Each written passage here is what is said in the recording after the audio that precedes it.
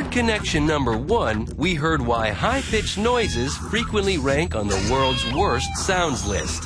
Then, in Weird Connection number 2, the frequency was turned up to turn off public menace.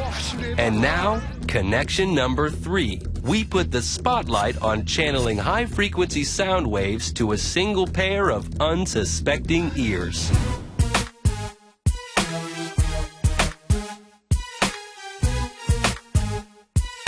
Dr. Joe Pompei is an unassuming MIT grad with the powers of a superhero. He can whisper directly into the ears of patrons at the local library from way up in the balcony. Okay, let's try the guy with the green jacket. Hey. Hey, you. Just be aware that we're keeping an eye on you. So you better cut it out. Pompei achieves this seemingly superhuman feat with a gizmo he invented called the Audio Spotlight. It's a speaker that focuses sound at a specific target. Pompei was your average teenager always tweaking his stereo equipment. But with a twist. He had a gift for engineering and design. He made an incredible scientific breakthrough that began when he was working a summer job at an audio company. I started to become interested in really what the shortcomings of traditional loudspeakers were. He realized that regular loudspeakers can't create directional sound. A loudspeaker is like the light bulb. The sound that's created really goes everywhere. The young engineer wanted to direct sound, just like a laser pointer that you can fuse cats with. He figured out that mathematically there are only 2 options to make speakers act like lasers. Use gigantic speakers or only broadcast high-frequency audio waves, the same frequencies Howard Stapleton used to deter teens in Connection 2. The reason lies in the way audio waves travel through the air.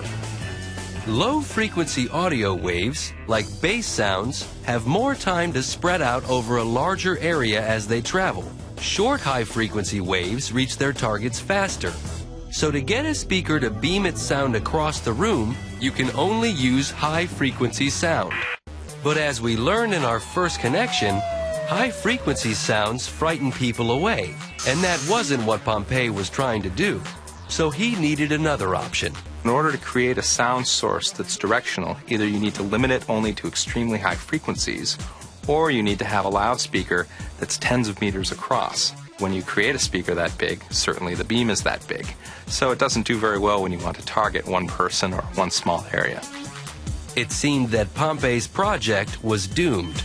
It's very rare in science to get to a stopping point where you realize that according to the math and according to all known theory, something's just not possible. Undaunted, Pompei's persistence resonated with the Media Lab of MIT. They accepted him into their doctoral program and directed him toward an exciting new possibility, using ultrasound waves to create his audio beam. Ultrasound waves are even shorter than Howard Stapleton's high-frequency audio in Connection 2. They're so fast and small that no one, not even a teenager, could hear them, and their tiny, quick nature also makes them highly directional. If Pompei could convert ultrasound into audible sound, he'd be able to direct it like a laser beam. Several sleepless nights later, he finally made the math work. Here's his theory. Air is always moving, even in a still room. These air currents deflect sound waves as they travel. Mathematically, there was a way to accurately predict how these air currents would strike the ultrasound waves and convert them into frequencies we can actually hear. Since the ultrasound waves are highly directional, the resulting aim of the audible sound was perfect. The possibilities of this device were endless. One of the fun things we used to do is get up on the balcony 5 stories up in our laboratory building and aim the sound down at people walking below. Sometimes we'd beam smashing glass sounds at the caterers walking by with dishes, or we'd whisper in people's ears, and it was all great fun. Now the owner of a small company selling his invention, Dr. Pompei has grown up some and adopted a more serious tone. Well, most of the time. Okay, I think I'll try hitting the girl with the green. Hey, you. We saw what you did yesterday. Directional sound earned Pompei a Young Innovator Award and the ear of many prominent inventors. But can it help restore calm when the peace is disturbed? And what does the audio spotlight have to do with what this man is doing in his car? Find out next as we ride the audio wave to Weird Connection number 4.